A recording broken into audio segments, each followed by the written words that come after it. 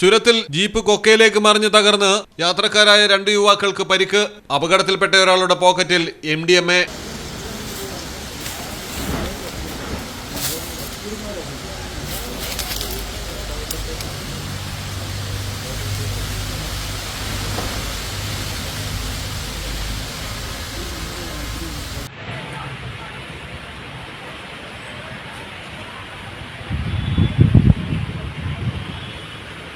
കോഴിക്കോട് താമരശ്ശേരി ചുരം 2ാം വളവിലാണ് അപകടം നടന്നത്. കൈതപ്പൊയിൽ സ്വദേശി ഇർഷാദ്, ഹാഫിസ് എന്നിവർക്കാണ് പരിക്കേറ്റിരിക്കുന്നത്. ഇരുവരെയും കോഴിക്കോട് മെഡിക്കൽ കോളേജ് ആശുപത്രിയിൽ പ്രവേശിപ്പിച്ചു. സംഭവത്തിനിടെ പരിക്കേറ്റ ഒരാളുടെ പോക്കറ്റിൽ നിന്ന് MDMA കണ്ടെത്തിയതായി പോലീസ് അറിയിച്ചു.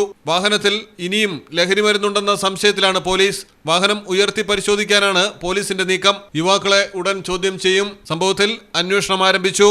മലയാളം ടെലിവിഷൻ, കോഴിക്കോട്. ഇനി നിങ്ങളുടെ വീടുകൾക്കും കെട്ടിടങ്ങൾക്കും മരത്തിനേക്കാൾ വിലക്കുറവിലും മരത്തെ വെല്ലും കരുത്തുമായി ഫെയർടെക് സ്റ്റീൽ വിൻഡോ ആൻഡ് ഡോർസ്. ഫെയർടെക്കിന്റെ മാത്രമായി പ്രത്യേകതകൾ. ഹൈ ക്വാളിറ്റി GA ഷീറ്റിൽ നിർമ്മിക്കുന്നവ.